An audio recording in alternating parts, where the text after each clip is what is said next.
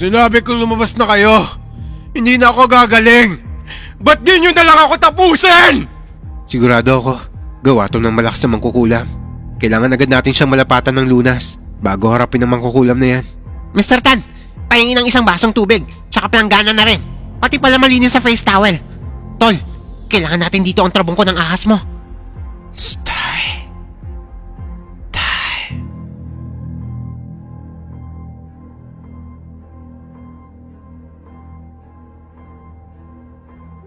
Ako ulit si Joseph, ang sumunod na antingero. Gusto ko lang ipaabot ang taus-pusong pasasalamat namin ni Dudong sa inyong lahat sa pagtangkilik nyo sa kwento namin. Sa umaga, sabay namin pinakikinggan ng kwento habang magkasalo sa mainit na kape. Katulad ko, ay natutuwa rin siya sa mga nababasang comments nyo. At umabot sa amin ang request nyo tungkol sa panggagamot namin sa anak ni Mr. Tan. Kaya naisipan ko na rin ibahagi ang karanasan namin tong sa inyo. Tutal ay ilang taon na rin naman ang nakakalipas nung mangyari to. Isa pa, wala na rin sila Mr. Tan dito sa Pilipinas dahil bumalik na sila sa China. Nangako kasi kami sa anak niya na mananatiling lihim ang naging karanasan niyang yon. Itong si Mr. Tan lang naman ang madaldal at kinuwento pa sa kumpadre niya ang mga naganap. Ang kwentong to ay nangyari noong panahong hindi pa gaanong lumalago ang gulayan namin ni Dudong. At dito rin namin nakilala si Mr. Tan dahil sa kanya kami umaangkat ng mga panindang gulay namin. Mr. Tan, bakit naman ang mahal ng presyo mo sa repolyo? Oo nga naman, Mr. Tan. Mura lang naman ang bigay sa amin ni Boss Rick nito. Binibigyan niya kasi kami ng discount. Wala discount. Kaya pala lugi aking negosyo, kayo hilig discount. Iyon po kasi yung usapan namin ni Boss Rick. Maliit lang naman ang discount na hinihingi namin. Saka suki mo na rin naman kami. Iba palakad akin anak. Iba ako. Ako may-ari, ako dapat sunod. Hindi akin anak. Iyan na presyo. Kuha ba kayo o hindi? Pag hindi, inyo balik aking repolyo. Mahal-mahal puhunan kayo patawad-tawad. Kaunting tawad lang naman ho, Mr. Tan. Para naman ikalulugi nyo eh. Ay nako, kayo kulit. Pag ayaw, sa iba kayo kuha paninda. Huwag nyo minamala sa akin negosyo. Sige na ho. Sige na, mabayaran na po namin. Ang anak ni Mr. Tan na si Boss Rick ang namamahala sa pagdi-deliver ng gulay. Mas mabait ito dahil pumapayag na makatawad kami. Kahit may angkop na presyo na ang bawat gulay na paninda nila. Mas madali rin kausap dahil malawak ang pangunawa nito sa mga maliliit na negosyanteng katulad namin. Ipinanganak si Boss Rick dito sa Pilipinas, kaya tuwid siya magsalita ng Tagalog. Hindi tulad ni Mr. Tan na pautal-utal. Grabing kuripot ng inchik na yon. Bakit kaya siya sumasama sa delivery? Nasaan kaya si Boss Rick? Hayaan na natin. Tiyak na babalik din naman si Boss Rick. Makakatawa din tayo ulit. Ano pa nga ba? Napakatumal pa naman ng benta ngayon. Buong akala namin ay saglit lang mawawala si Boss Rick. Pero lumipas ng isang buwan ay hindi pa rin to bumabalik. Sayang din ang discount na natitipid namin sa kanya. Samantalang tong si Mr. Tan, ayaw bawasan maski piso ang kita niya. Ayaw pa niya magpautang. Kung kay Boss Rick ay nagagawa naming mangutang, tas babayaran na lang namin sa susunod niyang pag-deliver. Pero itong si Mr. Tan, wala man lang kahit katiting na malasakit sa tulad naming maliliit na negosyante. Kaya naman mas gusto naming si Boss Rick ang namamahala sa delivery. Nang hindi na ako makatiis, ay nagtanong na ako kay Mr. Tan para malaman kung babalik pa ba si Boss Rick o hindi na. Mr. Tan, nasan po ba si Boss Rick? Bakit kayo na po yung sumasama sa pagdi-deliver? Bakit iyo tanong? Ikaw ayaw akin oh. Kasi wala discount. Ito naman si Mr. Tan ng advance mag-isip. Gusto lang namin malaman dahil ang tagal na namin siyang hindi nakikita. Oo nga naman po, Mr. Tan. Umuwi po ba siya sa China? May sakit akin anak. Dinala ko ospital pero wala nangyari. Laki na ubos pera pero di galing. Mga doktor dito Pinas wala kwenta. Gusto pera. Hingi pera di naman galing akin anak. Grabe naman tong si Mr. Tan. Masyado namang minamaliit mga doktor natin dito. Umuwi na kaya siya sa China? Uy, Dudong, bunganga mo. Mamaya singilin yung utang natin kay Boss Rick. Wala pa tayo pambayad. Ay oo nga pala. Sorry na. Pangit kasi ng tabas ng dila. Ano iyo sabi? Bakit kayo bulong-bulong? Nako, wala po. Ano raw po ba yung sakit ni Boss Rick? Di ko alam. Pati doktor di alam sakit Rick. Gusto ko uwi China para dun pagamot pero ayaw. Siya hiya kasi tubo bulutong sa balat niya. Dami bulutong pati muka. Minsan wala pa sarili, lagi tulala. Naku, baka naman na maligno ng anak niyo, Mr. Tan. Siya nga pala, albularyo ko. Si Joseph naman ay antingero. Baka matulungan namin ang anak niyo. Teka, kayo gusto ako scam ha? Ayoko scammer, kayo bayad utang. Ako sabi bawal utang. Kayo uto akin anak no? Kayo bayad, ngayon na. Pisting yawang inchik na to ha. Ano yung sabi? Nako, Mr. Tan, pasensya na kayo rito kay Dudong. Hindi naman kami scammer. Gusto lang namin makatulong kay Boss Rick. Hindi kami nagpapabayad ng serbisyo namin. Kung ayaw po nyo, ay hindi namin kayo pipilitin. Siguraduhin nyo kayo bayad sunod deliver ha? Pagkalis ni Mr. Tan, ay hindi na matigil sa pagbubunga nga si Dudong. Inis na inis to sa negosyanteng incheck dahil masyadong matalas ang dila nito. Hindi ko rin nakalain na ikagagalit pa nito yung pagmamalasakit namin. Kung hindi na mas matanda sa akin ang incheck na yon, nako, baka nang hiram na yun ang mukha sa aso. Aba, siya na nga tinutulungan ay tayo pa ang pag-iisipan ng masama. Hayaan mo na. Ganun talaga ang mga incheck. Kaya nga sila yung mayaman dahil masyadong sigurista. Iyan ka na naman sa hayaan mo na eh. May magagawa pa ba tayo kung wala siyang tiwala sa atin? Paiiralin mo pang init ng ulo mo eh. Alam mo na nga may sapak sa ulo yung incheck na yun eh. Sa paglipas ng mga araw, ay mas lumala daw ang kondisyon ni Boss Rick. Nakikibalita lang kami sa mga pahinante nila dahil si Mr. Tan ay bihira na rin sumasama sa pagdi-deliver. Masyado raw tong busy sa pagpapagamot sa anak nito. Dinala na rin daw nila to sa Maynila pero wala pa rin nangyari. Hindi pa rin daw matukoy ng mga doktor ang tumutubong sakit sa kanya. Kung makikita nyo lang si Boss Rick, maawa kayo. Yung singkit niyang mata ay halos hindi na makita dahil sa mga bulutong. Naging bugnutin pa siya. Ayaw niya magpakita sa ibang tao dahil ang akala niya ay pinandidirihan siya. Malakas talaga ang kutob ko na may kakaiba sa sakit ng anak ni Mr. Tan. Baka nakulam siya. Sino naman ang gagawa nun? Mabait naman si Boss Rick. Si Boss Rick mabait. Paano naman yung tatay niya? Sa dami ng taong galit sa matandang incheck na yon, baka isa sa kanilang kumulam. Kawawa naman, anak niya pa ang napuntirya. Ganun talaga si Mr. Tan. Hirap siya magtiwala agad sa mga tao. Pero mabait yun. Kuripot at sigurista lang talaga. Pero maayos yun magpasweldo sa amin. Kaya kung sino man na may galit sa kanya, sobrang ganti naman ang ginawa kay Boss Rick. Hindi na makatarungan yun. Kung pwede nga lang pilitan si Mr. Tan para magamot namin ang anak niya, ginawa na namin ni Dudong. Mabait pa naman yun si Boss Rick. Marami na kasing nanloko kay Mr. Tan eh. Yung ibang albularyo na gumagamot kay Boss Rick ay mismong kaibigan pa niya ang nagre-rekomenda. Pero ayun, wala rin nangyari. Malaki na rin ang nagastos niya sa mga doktor pati na rin dyan sa mga peking albularyo na yan. Hindi naman kami naniningil. Ang mga tunay na albularyo hindi nagpapabayad. Dahil mahigpit na pinagbabawal yun ng mga gabay namin. Mawawalan ng bisa ang ginagawa naming panggagamot kapag may katumbas ng salapi ang tulong na ginagawa namin. Sige bay, sabihin ko kay Mr. Tan. Baka pumayag yun at sakaling makuha niyo ang tiwala niya. Lumipas ang ilang araw, hindi pa rin namin nakikita si Mr. Tan. Kahit ang pahinante hindi na nakakabalita sa nangyayari sa kanilang amo. Dahil ayaw na ni Boss Rick na tumanggap ng bisita. Ayaw din itong pinag-uusapan ng tungkol sa sakit niya. Mas nagiging bugnutin daw to at laging nambubulyaw. Nagkukulong na lang daw to sa kwarto, ayaw lumabas at wala ring pinapapasok sa loob. Tanging si Mr. Tan lang ang naghahatid ng pagkain dito. Hanggang isang araw ay dumating si Mr. Tan kahit hindi pa naman araw ng pagdi-deliver ng gulay nila. Oh, Mr. Tan, ba't kayo nandito? May kailangan po ba kayo sa amin? Joseph, ako wala na ibabalapitan. Ako di alam gagawin. Ano po bang nangyari? Ako sugaliin nyo. Kaya na akin huling pag-asa. Gamutin nyo akin anak. Ako nagmamakaawa na. Iligtas mo buhay akin anak. Mr. Tan, kumalma lang kayo. Kayo itong matagal na namin hinihintay eh. Sandali lang po. Tatawagin ko lang si Dudong. Huwag po kayo mag-alala. Pupuntahan namin si Boss Rick ngayon din. Salamat inyo tulong. Huwag po muna kayo magpasalamat. Sa ngayon ay magdasal muna tayo para sa gabay ng Diyos. Kailangan namin siya para magawa namin ng tama ang aming panggagamot. Pinaubaya ko muna kay nanay ang gulayan para puntahan si Dudong. Pumayag naman siya kaagad nang sabihin kong gusto ni Mr. Tan na gamutin namin si Boss Rick.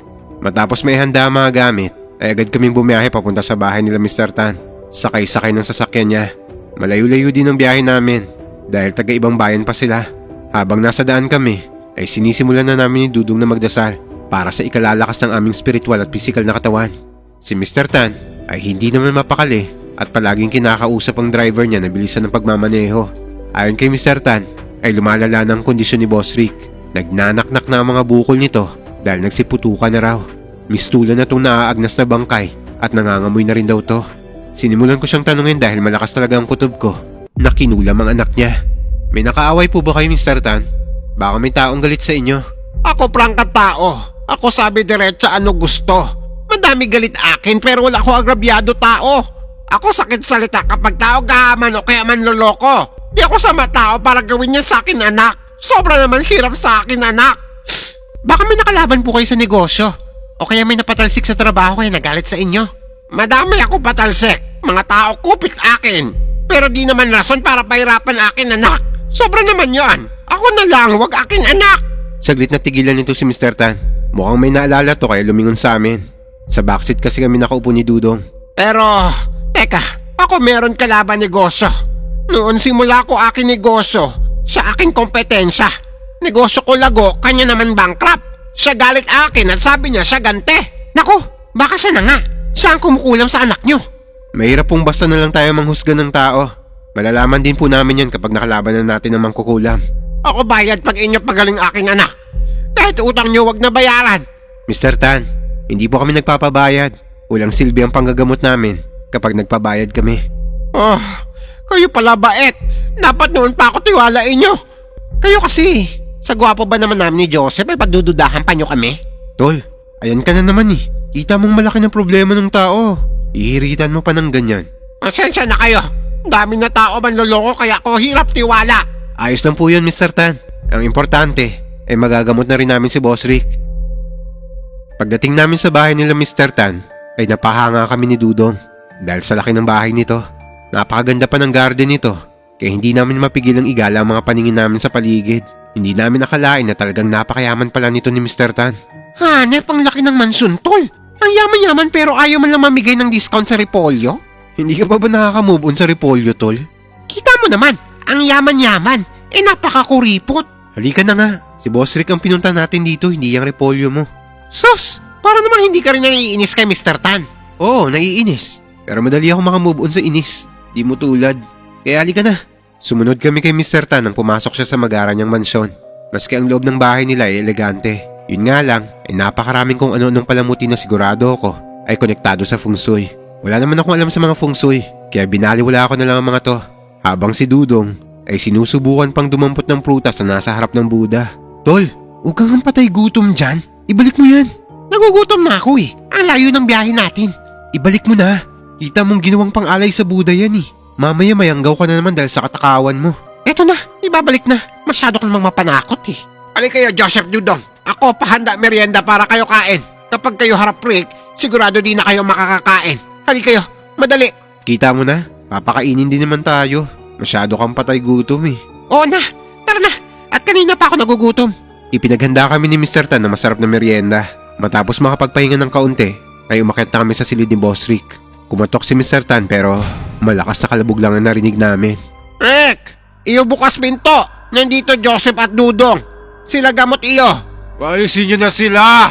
Hindi na ako gagaling! Kaya umalis na kayo! Huwag tigas ulo. Ikaw gagaling pa kaya bukas mo pinto. Sinabing umalis na kayo! At babayaan nyo na ako! Sa boses pa lang ni Boss Rick ay mahahalata na ang labis na paghihirap nito. Naririnig din namin mula sa labas ng pinto ang mga daing niya, dala ng labis na iniindang sakit. Ang sabi sa amin ni Mr. Tan ay may binigay na raw na gamot ang mga doktor, pero lalo lang daw lumala ang kondisyon nito. Lalong lumakas ang kutob ko, nakulam nga ang sanhi ng sakit niya. Ang mga nakulam kasi ay mas lumalala kapag pinapagamot sa doktor. Hindi naman sa paninira sa mga doktor natin, may mga sakit din kaming hindi kayang pagalingin. At ang makapagpapagaling lang din dito ay tanging mga doktor lang na nag-aral ng medisina. Ganon din naman sila, ang sakit na hindi nila kayang tukuyin at pagalingin ay maaaring gawa ng mga masasamang elemento. Yun naman ang kayang pagalingin ng mga katulad naming albularyo at antingero. Katulad na lang ng kaso nitong si Boss Rick. Anak, huwag ikaw suko. Ito na ating huling pag-asa. Rick, ano nangyari? Ikaw bukas pinto. Olga, ikaw kuha susi, madali. Natatarantang tumakbo naman ang katulong para kunin ang susi ng kwarto ni Boss Rick. Nang mabuksan to ni Mr. Tan, ay agad itong pumasok sa loob. Sumunod kagad kami ni Dudong sa kanya. Pagpasok namin, bumungad sa amin ang kalunos-lunos na itsura ni Boss Rick. Hindi na namin siya makilala dahil namayat ng husto to. Wala nang matipunong pangangatawan nito, pati ang makinis at maputi niyang balat. Dahil tad-tad na to ng mga bulutong na nagnanaknak. Nanuot din sa ilong namin na masangsang at mabahong amoy na galing sa mga sugat niya. Mistulan talaga siyang inaagnas na bangkay. Sinabi kong lumabas na kayo! Hindi na ako gagaling! Ba't di nyo na lang ako tapusin? Sigurado ako, gawa to ng malakas na mangkukulam. Kailangan agad natin siyang malapatan ng lunas bago harapin ang mangkukulam na yan. Mr. Tan, pahingin ng isang basong tubig, tsaka planggana na rin. Pati pala malinis sa face towel. Tol, kailangan natin dito ang trabong ko ng ahas mo. Inutusan ni Mr. Tan ang kasambahay para kunin ang mga kailangan ni Dudong. Pagbalik ng kasambahay, ay ibinabad ni Dudong ang trabong ko ng ahas sa isang basong tubig. Dinasalan niya to at pagkatapos ay pinainom kay Boss Rick. Sinabi ng ayoko! Umalis kayo rito! Boss Rick, hindi kami aalis na hindi ka gumagaling. Magtiwala ka sa akin. Tropa tayo, di ba? Marami nang sumubok pagalingin ako. Nagsasayang lang kayo ng pagod. Lumayas kayo dito sa kwarto ko! Pwede ba? Huwag ka magmatigas, Boss Rick. Hindi ako papayag na hindi ka gagaling. Mahirap kausap tong tatay mo. Ay mamigay ng discount. Kaya dapat gumaling ka na. Ako bahala sa'yo. Para sa discount. Hoy tol, magseryoso ka nga. Aba, seryoso ko dito, tol. Kaya Boss Rick, pakiusap. Inumin mo to. Magtiwala ka sa amin ni Joseph. Gagaling ka. Ako na din pakiusap anak. Huwag na matigas ulo. Ito na at ni huli pag-asa. Huli ito, pagbigyan mo na ako. Boss Rick, payagan mo na kaming gamutin ka. Kapag walang nangyari sa araw na to, bukas hindi na kami babalik. At hindi ka na namin guguluhin pa. Ang sakit. Ang hapdi ng buong katawan ko. Hindi ko na kaya. Patayin niyo na ako. Eto, usapang matino, Boss Rick. Kapag hindi ka namin napagaling, ay ako mismo ang papatay sa'yo. Ano, deal? Dudong ka talaga. Hayop ka. Mamaya mapasubo tayong hinayupak ka. Wala ka talagang bilib sa powers natin, ano? Basta ako, alam kong di ko siya mapapatay. Kasi mapapagaling natin siya. Oo na, bilib na ako sa fighting spirit mo. Basta pag ikaw pumalpak, ikaw lang papatay dyan ha. Hindi ko trabaho yan, loko ka. Oo na, akong bahala dito. Ano na, Boss Rick? Deal? Dudong, nagbibiro ka ba? Mukha ba ako nagbibiro, Mr. Tan? Sige, payag na ako. Pero pag di na ako gumaling, tapusin mo na paghihirap ko.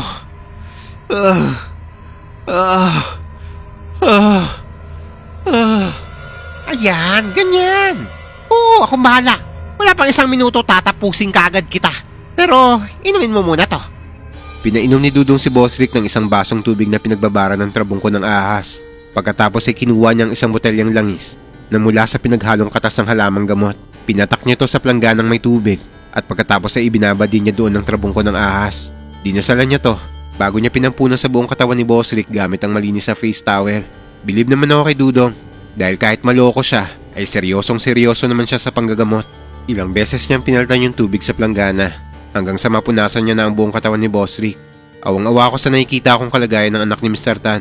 Ang buong katawan kasi nito ay tinubuan na ng maliliit na bukol. Kitang-kita ko ang paghihirap sa mukha niya. Parang ang laki ng galit ng kumulam sa kanya dahil hindi siya kagad pinatay. Para bang gusto nitong pahirapan ng gusto ang pamilya ni Mr. Tan. Nang matapos ni Dudong na banyusan si Boss Rick, ay pinahira naman niya ng langis sa may orasyon ang buong katawan nito. Habang ginagawa niya to, ay bumubulong din to ng orasyon. Tahimik na si Boss Rick nito. Halatang nagiginhawaan na to sa ginagawa ni Dudong. Si Mr. Tan naman ay bumilib dahil hindi man lang makikita sa mukha ni Dudong ang pandidiri. Kulam nga ang dahilan ng mga bulutong mo sa katawan. Nang pinahirang kita ng langis, ay nakuha ako mga buhok at maliliit na bato sa sugat mo. Sino naman ang tarantadang gumawa sa akin nito? Bakit? Anong dahilan para pahirapan niya ako ng ganito? Malalaman natin yan mamaya. Matapos to, nagsagawa na si Dudong ng pagtatawas. Nabuo ang anyo ng mangkukulam. Isang matandang babae, maiksi ang buhok at payat. Ang deskripsyon na lumabas sa pagtatawas ay tugma sa kakumpetensya ni Mr. Tan sa negosyo. Siya nga kalaban ko sa negosyo. Hayop siya. Papatay ko siya. Mr. Tan, sandali, kumalma ka lang. Mabilis na lumabas ang kwarto si Mr. Tan. Pagbalik nito, ay may dala na tong barel. Lisensyado naman daw to bilang proteksyon nila. Pero kinakabahan ako sa binabalak ni Mr. Tan. Gusto nitong sugurin ang bahay ng kakumpetensya niya. Mr. Tan, huwag mo idaan sa init ng ulo. Kami na ni Dudong ang bahala sa kanya. Huminahon na lang po kayo. Kami na ang gaganti para sa inyo. Madali na lang para sa amin ni Dudong na talunin ang mangkukulam na to. Dahil kung natatandaan nyo, mas malakas pa ang nakalaban namin dati. Pero nagawa namin pabagsakin yon. Hindi lang basta mangkukulam si Tandang Lucia. Isa rin siyang aswang at mamalarang na may pinakamataas na aral sa pangkukulam. Kung siya ay nagawa naming patumbayin sa tulong ni Lolo Sergio, ngayon ay mas madali na lang naming matatalo ang sino mang kumukulam kay Boss Rick. Matapos to, agad nagsagawa ng ritual si Dudong para sa gagawin niyang panggagamot kay Boss Rick. Alam namin na kapag ginawa niya to, ay mararamdaman na namang kukulam na may kumukontra sa kulam niya. Kaya naman hinanda ko ng sarili ko para sa mangyayaring pagtutuos namin. Ako ang may kipagtagisan ng lakas sa mangkukulam na to para hindi niya magawang kontrahin ang ginagawang panggagamot ni Dudong. Tol, ikaw nang bahala sa mangkukulam, ha? Wala siyang awa, kaya hindi rin tayo maaawa sa mangkukulam na yon. Ibabalik ko sa kanya ang kulam na ginawa niya. Hindi ko mapigilan ng galit dahil nakita ko mismo ang tindi ng kulam na ginawa niya. Ang mali pa ng mangkukulam ay mali siya ng taong pinarusahan dahil napakabait nito ni Boss Rick. Ngunit kahit ganito ay binigyan ko ng pagkakataon ng mangkukulam. Kinausap ko siya sa pamamagitan ng katawan ni Boss Rick, pero nagmatigas siya sa kabila ng pagmamakaawa ni Mr. Tan. Ako negosyo lang marangal. Ganun sa negosyo. May malulugi, meron hindi. Kaya wag ikaw galit kung ikaw lugi. Wala ako kasalanan. Lalo naman aking anak. Bawiin mo kulam. Hindi. Mamamatay ang anak mo. Magdudusa kayo habang buhay. Talagang matibay ang mukha mong mangkukulam ka ha. Ngayon, tayo naman ang magsubukan ng lakas. Nagsagawa ako ng ritual at nilagay ko sa isang banga ang mga tuyo at piling dahon. At pagkatapos ay sinunog ko to. Hinipan ko ang usok papunta kay Boss Rick. Habang hinihipan ko to, ay umuusal ako ng mga orasyon. Napadaing si Boss Rick habang umiiyak at pinatitigil ako sa ginagawa ko. Alam kong hindi si Boss Rick to dahil ang mangkukulam ang siyang nahihirapan sa ginagawa ko. Sandali. Ano nangyayari akin anak? Bakit siya nagkakaganyan? Bakit siya sigaw? Mr. Tan, kumalma ka. Ang mangkukulam ang dumadaing, hindi siya. Huwag ka mag-alala. Alam ni Joseph ginagawa niya.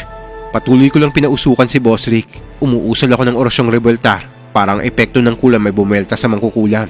Nang higit na mas malakas at mas malupit. Nang matapos ako sa pagpapausok ay sinelyuhan kong muli ang isang orasyon ng ritual. Hindi man lang nagawang manlaban ng mangkukulam dahil higit na malakas ang taglay kong aral kaysa sa kanya.